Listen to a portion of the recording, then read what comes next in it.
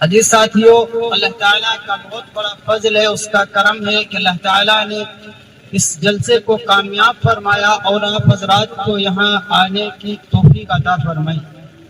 حضرات سامعین، جیسا کہ ہم سب کو معلوم ہے کہ اللہ رب العزت نے اس کائنات کے اندر، اس دنیا کے اندر بے شمار انبیاء علیہ السلام کو مبعوث فرمایا۔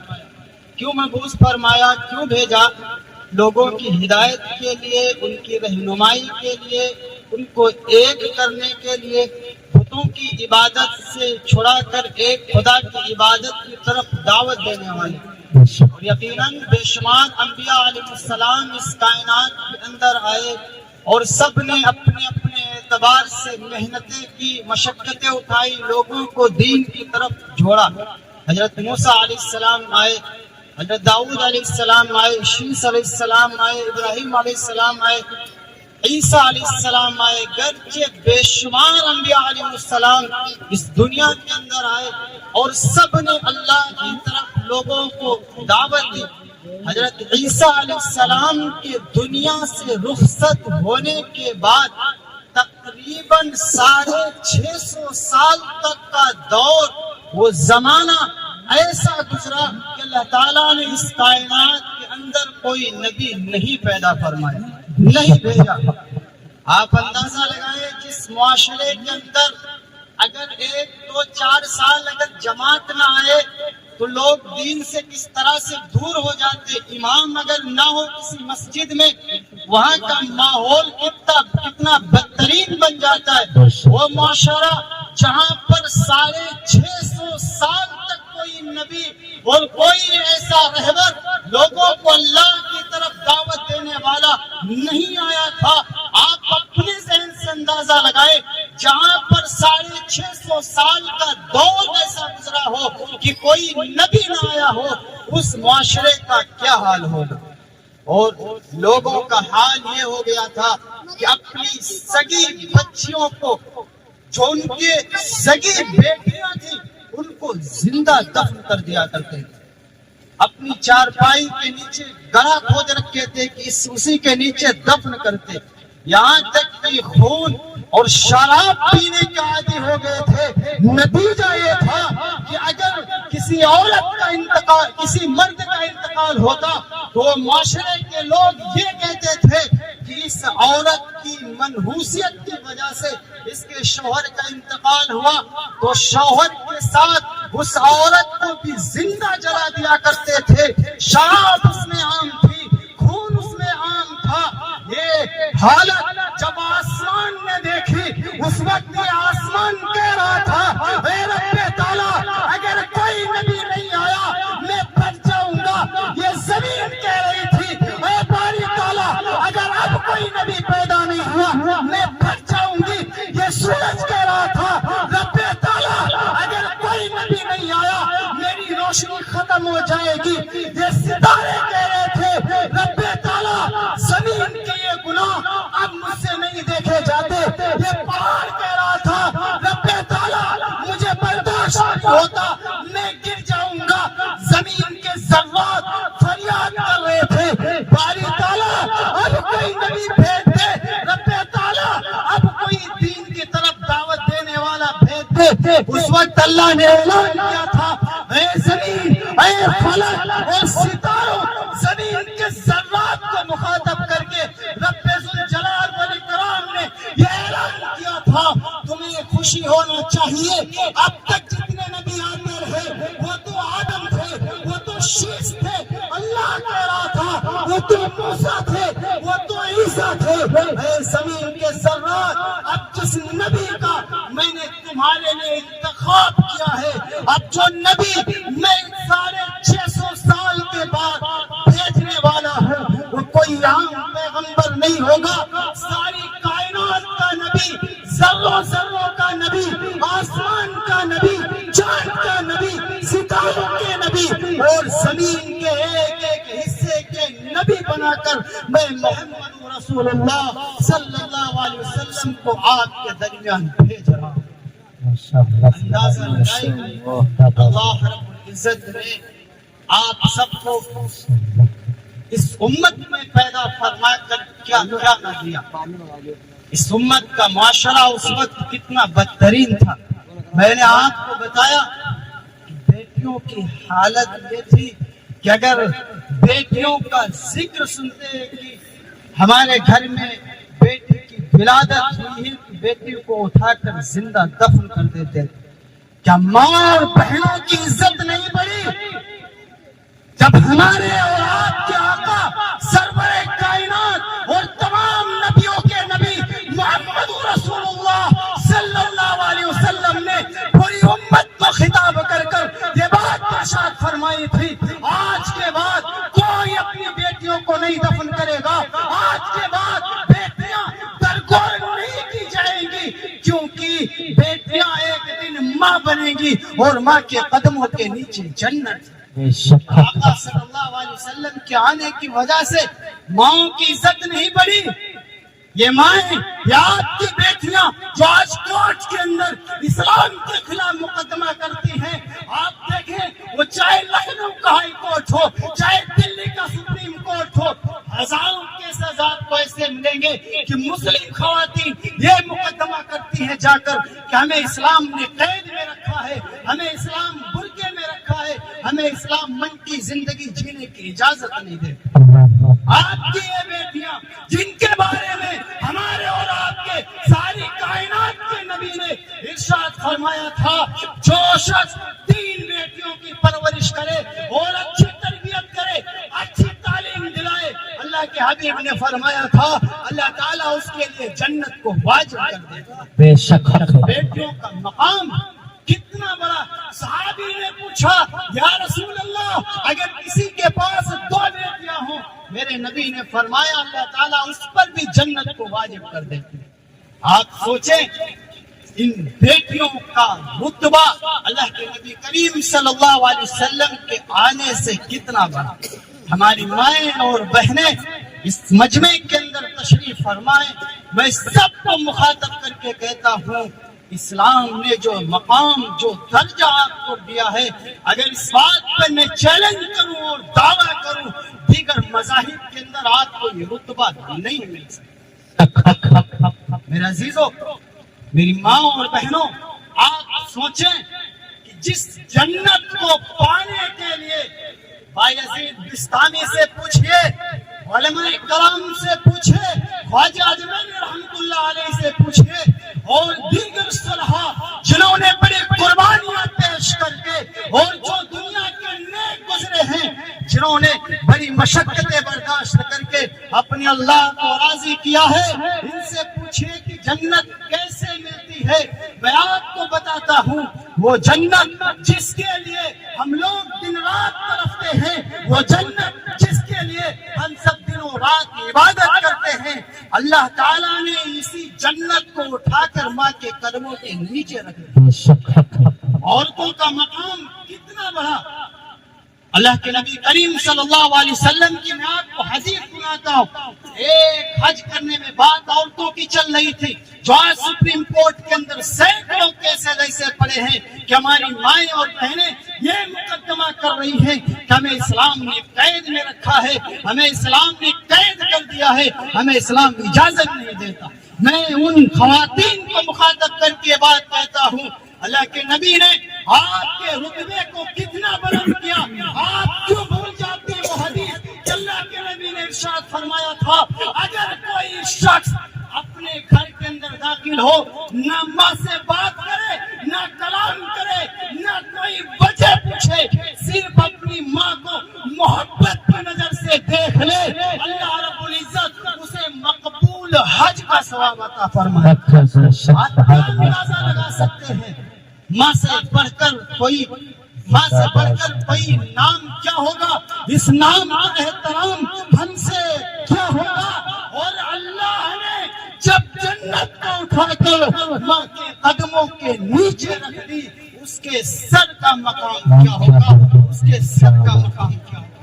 میرے عزیزوں اور میری پاک باز خواتین، میں آپ سب کو مخاطب کر کے کہتا ہوں اللہ رب العزت نے آپ کو رتبے کو بلند کیا. آپ قرآن پڑھیں، ہمارے معاشرے کے اندر جو برائیاں سر فہرست ہیں ان میں ایک نام یہ بھی آتا ہے کہ ہماری ماں اور بہنوں کو محروم کر دیا جاتا ہے. ہم محروم کرتے ہیں وہ الگ بات ہے, وہ الگ گناہ ہے, لیکن میں اپنی ماں کے حقوق کو بیان کرنا چاہتا ہوں. آپ قرآن کھولیے, سورہ نساء کو کھولیے اور آپ پڑھیے. میری ماں اور بہنوں, جس اسلام کے خلاف آج آپ کی انگلیاں اٹھائی ہیں, جس اسلام کے خلاف آج آپ آوازیں بلند کر رہی ہیں, آپ اس اسلام کے قرآن کو پڑھ کر دیکھیے کہ اللہ رب العزت نے آپ کا ذکر وہاں بھی فرمایا ہے جہاں پر بات کے طریقے کو بیٹوں کے درمیان تقسیم کیا جائے گا. اللہ تعالیٰ نے بیٹیوں کے حقوق بھی رکھے ہیں کہ وہاں پر حصہ بیٹیوں کو بھی دیا جائے گا. ہماری ماں اور بہنوں کے رتبے کتنا بلند ہے. میرے عزیزوں, اللہ کے نبی کریم صلی اللہ علیہ وسلم کی آمد ہم سب کے لیے یقیناً باعث مسرت ہے. اللہ کے رسول صلی اللہ علیہ وسلم اس کائنات کے اندر آئے, ہمارا اور آپ کا رتبہ پڑا. اس سے پہلے جتنے انبیاء علیہ السلام, جتنے پیغمبر اس کائنات کے اندر آئے, کسی پیغمبر نے یہ دعویٰ نہیں کیا تھا کہ میں ساری کائنات کا نبی بن کر آیا. اس سے پہلے جتنے نبی آئے, کوئی کسی ضلع کا نبی ہوتا, کوئی کسی گاؤں کا نبی ہوتا, کوئی کسی خطے کا نبی ہوتا. کسی نبی نے, تاریخ شاہد ہے, آپ قرآن اٹھا کر دیکھ لیجئے, کسی نبی نے یہ دعویٰ نہیں کیا تھا کہ میں پوری کائنات کا نبی بن کر آیا. قربان جاؤ محمد رسول اللہ صلی اللہ علیہ وسلم کی فضیلت پر کہ آمینہ کے لال نے فاران کی چوٹی پر کھڑے ہو کر جو سب سے پہلا اعلان کیا تھا, کسی قوم کو مخاطب نہیں کیا, کسی قبیلے کو مخاطب نہیں کیا. حالانکہ سامنے صرف عرب کے لوگ تھے, سامنے صرف عجم کے لوگ تھے, سامنے صرف بستی والے تھے. میرا آقا فرماتا ہے یا ایھا الناس, جو بھی انسان ہے جو آج آ چکا ہے, آنے والے کل میں پیدا ہوگا, جو آج آ چکا ہے آنے والے وقت میں پیدا ہوگا, جو آج آ چکا ہے یا بعد میں آئے گا. انی رسول اللہ الیکم جمیعا, میں اس کی جانب اللہ کا رسول بن کر آیا. محمد رسول اللہ صلی اللہ علیہ وسلم نے فاران کی چوٹی پر کھڑے ہو کر اعلان کیا تھا. یوں ہی نہیں, قرآن مجید میں اللہ تعالیٰ نے احسان کا ذکر فرمایا. میرے عزیزوں, اگر ہم عربی نہیں پڑھ سکتے, میں ہمیشہ کہتا ہوں اپنی عوام سے, اگر ہم عربی نہیں پڑھ سکتے, ہم ہندی میں پڑھیں, اللہ کے قرآن کو پڑھیں, اللہ کے پیغام کو پڑھیں اور جانیں کہ ہمارا رتبہ کیا ہے. اللہ کے احکام کو پڑھ کر دیکھیے کہ اللہ نے آپ کو کیوں بھیجا ہے. اللہ کے کلام کو پڑھ کر دیکھیے کہ اللہ تعالیٰ نے محمد رسول اللہ صلی اللہ علیہ وسلم جیسا نبی آپ کو دے کر اللہ نے کتنا بڑا آپ پر احسان کیا. میرا عزیزو, یہی وجہ ہے آپ پورا قرآن الحمد و شریف سے پڑھ کر والناس تک پڑھتے جائیں گے, آپ کو پورے قرآن میں کہیں یہ نہیں ملے گا, کہیں یہ نہیں ملے گا کہ اللہ نے آپ سے یہ کہا ہو کہ میرے بندوں میرا احسان مانو. پورے قرآن کا مطالعہ کر لیجیے, اللہ تعالیٰ نے کہیں یہ نہیں فرمایا کہ میرا احسان مانو. میں آپ کو بتلاتا ہوں, ایک جگہ ہے جہاں اللہ نے احسان کا ذکر فرمایا. حفاظ موجود ہیں, علماء کا اسٹیج ہے, اور میں تھوڑی دیر کے لیے آپ کے سامنے ہوں. یقیناً اللہ تعالیٰ نے والدین جیسی نعمت دی, بتاؤ سب سے بڑا احسان کیا کہ نہیں کیا؟ اللہ تعالیٰ نے آپ حضرات کو ایمان کی دولت دی, سب سے بڑا احسان کیا کہ نہیں کیا؟ پورے قرآن میں آپ دیکھیے کہ اللہ نے کہیں, اللہ نے احسان جتلایا نہیں ہے کہ میرے بندوں میرا احسان مانو کہ میں نے تمہارے ماں باپ بنائے. لیکن ایک جگہ ہے, علماء موجود ہے, میں علماء کی خاص توجہ چاہتا ہوں. پورے قرآن میں ایک جگہ ہے جہاں اللہ تعالیٰ نے احسان کا ذکر فرمایا. وہ کون سی جگہ ہے؟ آپ اٹھائیے قرآن, الحمد سے شروع کر کے والناس تک پڑھتے جائیے. پورے قرآن میں آپ کو کسی اور چیز کے بارے میں احسان جتلانے کا ذکر نہیں ملے گا, لیکن جب بات آتی ہے ہمارے اور آپ کے آقا جناب محمد رسول اللہ صلی اللہ علیہ وسلم کی تو برجستہ یہ کہنا پڑتا ہے، یہ میں نہیں کہہ رہا، یہ علماء نہیں کہہ رہے، یہ عوام نہیں کہہ رہی، بلکہ اللہ کا قرآن کہہ رہا ہے۔ جب باری آئی اللہ کے محبوب نبی کریم صلی اللہ علیہ وسلم کی، جب باری آئی محمد رسول اللہ صلی اللہ علیہ وسلم کی، جب باری آئی آمینہ کے لال کی، تو اللہ نے قرآن میں فرمایا لقد من اللہ علی المؤمنین اذ بعث فیہم رسولا، کہ میرے بندو میرا احسان مانو کہ میں نے تمہیں محمد جیسا نبی دیا۔ اللہ نے اس جگہ پر احسان کا ذکر فرمایا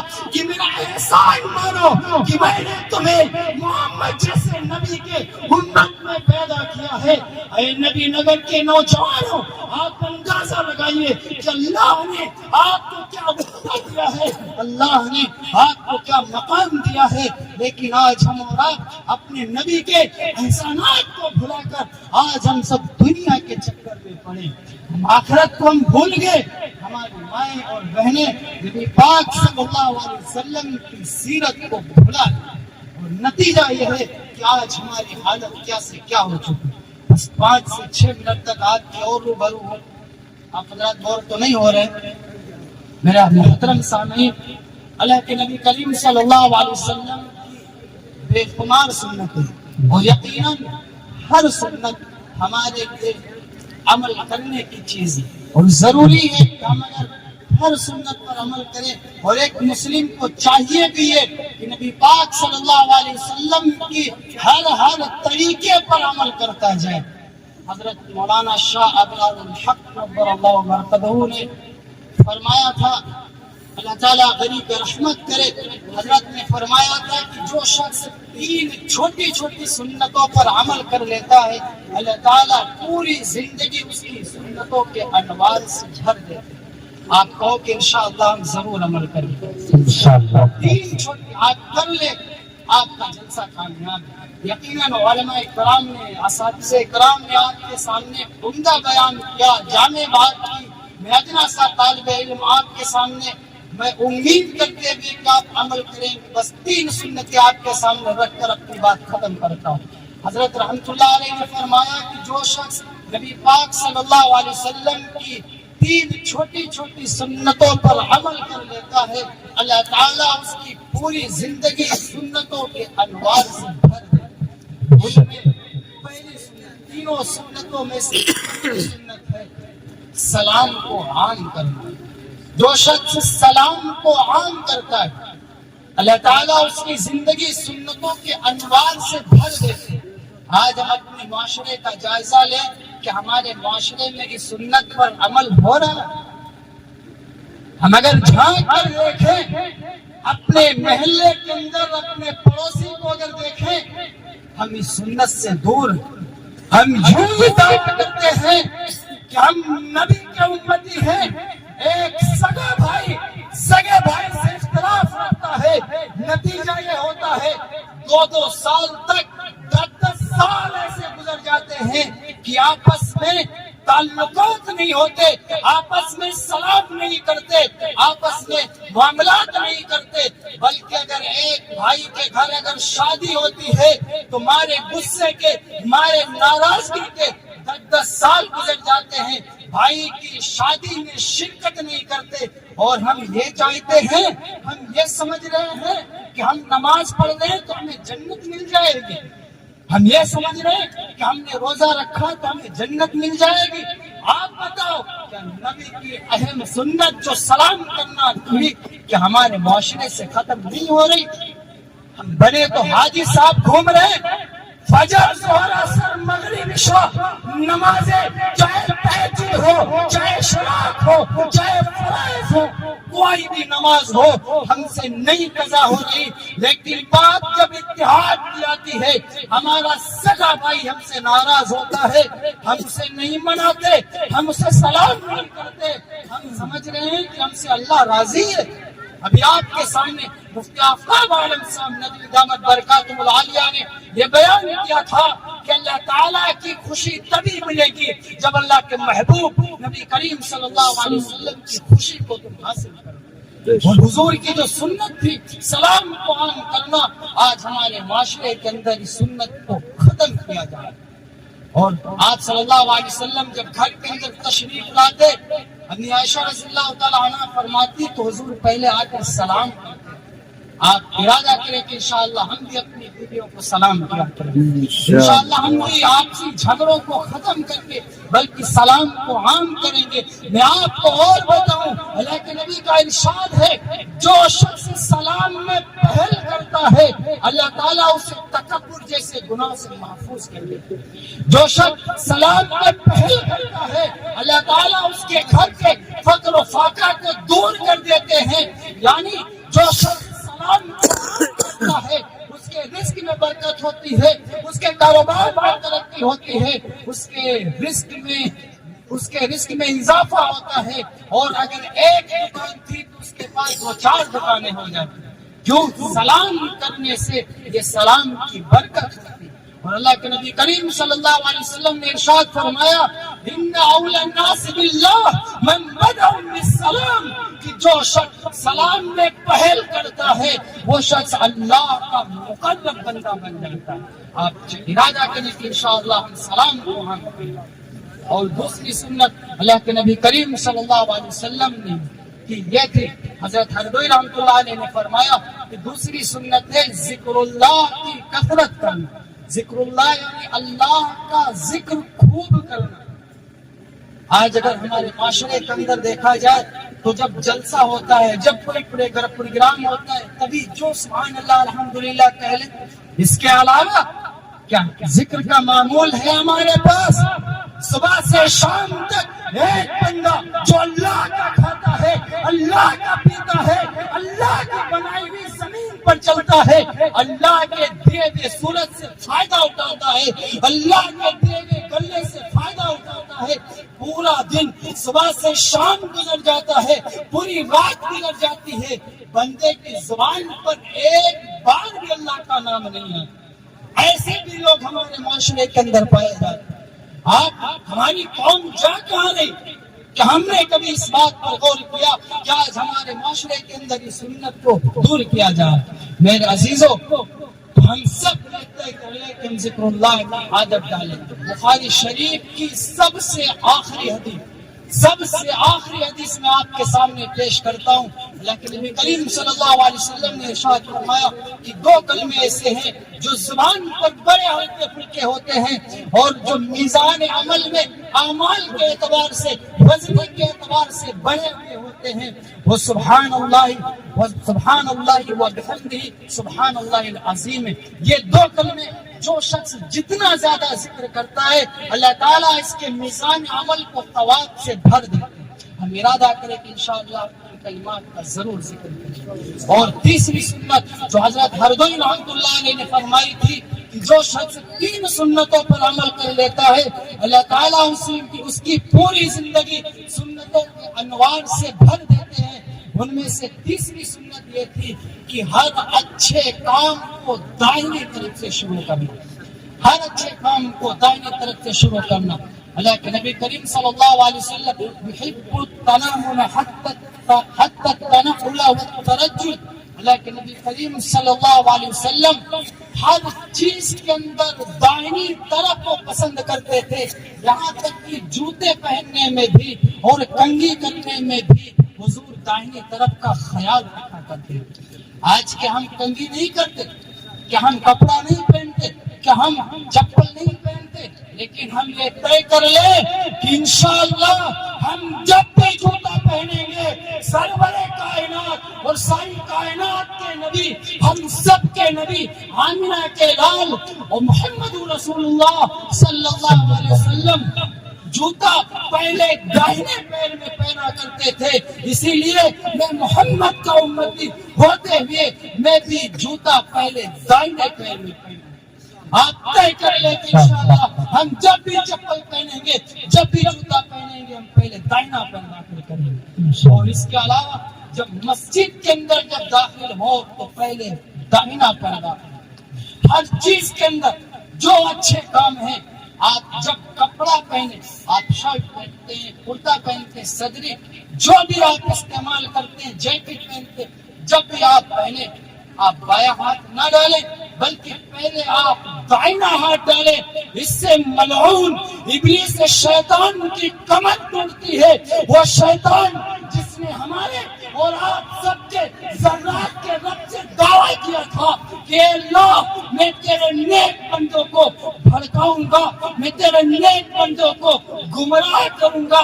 اس شیطان کی کمر ٹوٹتی ہے کہ یہ اللہ کا یہ بندہ، یہ اپنے نبی کا امتی، اپنے نبی کی ایک ایک سنت پر عمل کرنا. اس سے شیطان کی ہمت ٹوٹتی ہے اور شیطان ذلیل و خوار ہوتا ہے. آپ ارادہ کریں انشاءاللہ ہم بھی ان سنتوں پر عمل کریں گے اور